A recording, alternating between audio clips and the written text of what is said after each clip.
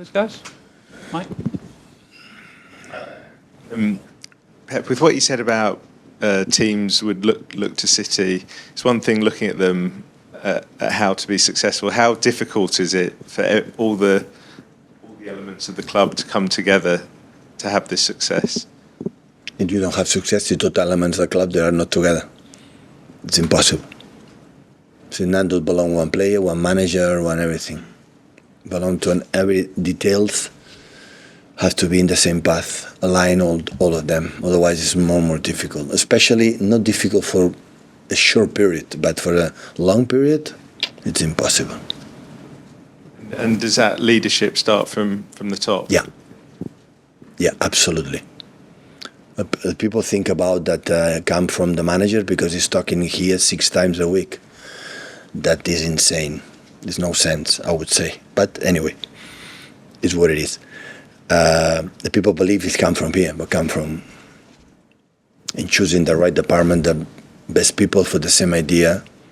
And after that, with the power that they have many clubs, the rest is question of work. Hi, Pep. I saw the other day that this season City have conceded 5 goals from fast breaks, so counter-attacks or false counter-attacks, whatever, and that's more than you've had in previous seasons, and it's ranked 19th in the Premier League, so there's only one team that's conceded more fast breaks than City this season. What we've been saying recently about you've not conceded too many chances, but it's hard to keep clean sheets. And with these amount of goals from fast breaks, why do you think it is that you can be so solid for most of the game, but then there might be an opportunity when a team has a really good chance or a counter-attack that goes straight through the team? So we're talking about when we concede goals? Yeah, when you concede... For a fast break? Yeah, from a fast break. For the transitions? Yes. For how many transitions? Well, from fast breaks, which is the stat, there's 5, which is more than you've conceded in recent seasons. Maybe we attack a little bit quicker, or maybe it's happened. Yeah, and I remember Newcastle, it's happened. Yeah, I don't know. I didn't think about it, honestly. It's not a particular area. When you're working on defensive stuff, it's not a particular area. No, of course I don't like the fast breaks and the mega transitions. I don't like it, yeah, obviously. But sometimes you want to attack quicker, or sometimes... Always I give credit to the opponents as well. And it's not just about on us. So opponents are really good and make transitions and do it. Always we try to do it. But yeah, I would think about it. I didn't think about it.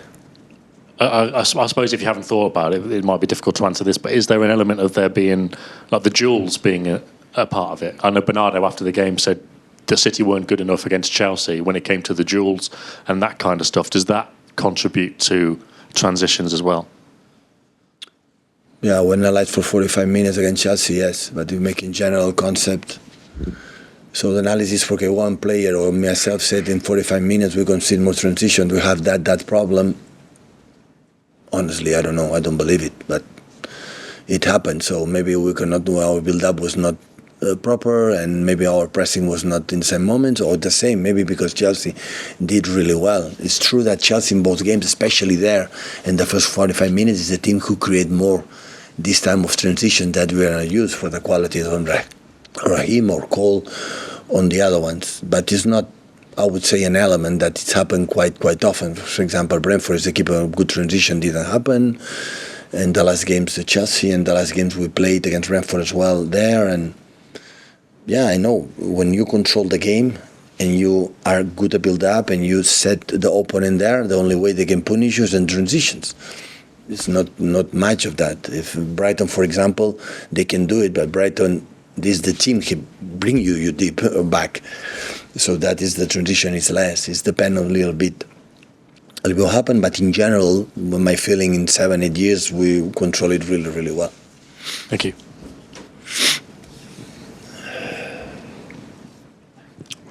Hi, Pep. I think in the last 2 games here, you've had 56 shots on goal and obviously scored 2 goals. Is that an encouraging stat because you're creating so many chances, or is it slightly concerning that you need so many shots to score those goals? I had to score more, yeah. We create 50...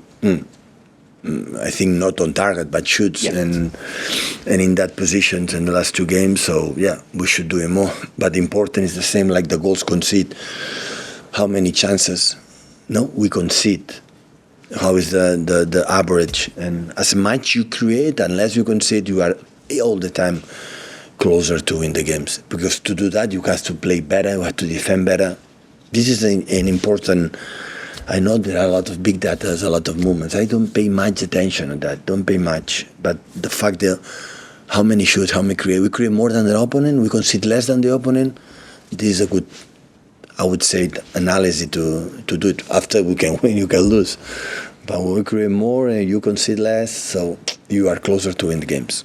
Is it something you think about in terms of the title race is so tight? It could be, I guess, it could be goal difference that decides it this year. Yeah, always happen. Yeah, it happened in the past with Liverpool when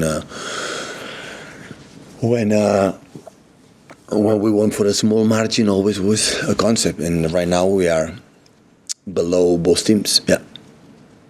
Hi, Pep. Speaking of conceding goals, Ederson's been your number one for a very long period, and do you think that stability allows you to take a few, change a few more things in defence because you have that stability? Because you've seen a lot of teams looking for a number one in recent years and struggling to find it. And do you think Ederson at the moment is at the peak of his powers? It's not necessary to say how important Eddie has been all this period with us. So it's a stable and consistent, and now we have an incredible other keeper with Stefan Ortega. Like every time he plays, he shows and he proves his quality. But Ederson, of course, it's massive important our success in the last years, in everything, in all details, character, personality, and everything. Just talking about you, people admiring other teams or admiring other clubs. How important do you think it's been for you staying at the top for so long to kind of look at what others are doing and taking where you can? The most important thing is the proof we're doing. So the most difficult in the sport is that people believe you have to win and win. And the second, for a long, long time being there. That cannot deny it. So we have been there, still we are there. So still we are there. After what happened in 7-8 years. So few clubs can do it. Few clubs can do it. And we are there. That's why it's the biggest title prize and everything. And the biggest contenders, they know it, how difficult it is.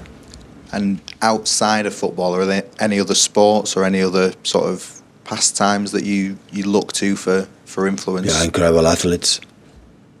Federer, Djokovic, Nadal. The biggest dynasties in NBA. It's not easy in NBA have a team like maybe Chicago Bulls from Jordan, but I'm not compared with that. Don't misunderstand me. But for the fact that it's difficult even NBA with a lot of clubs, like have a 2 or 3 in a row, 4 in a row, and every game. In Spain, in Italy, always is difficult to arrive in Europe and being there and for a long time in domestic leagues, like especially this Premier League. That is so nice. That means a lot for all of us. Hi, Pep. Just on the sort of longevity that you've had here and the success, how important has it been for you to have a small group of people in the hierarchy? So like chief exec, sporting director. There's not actually that many people right at the top. Whereas other clubs, they seem to have sporting directors, technical directors, loads in the recruitment. Has it been important to sort of keep it tight? Yeah, of course it's important. I have to speak with 1 or 2 people, no more than that. But underneath or below, I don't know, from CEO, they have important people. And Chiqui Sport Director have underneath or below him important people. In the academy, there are important people.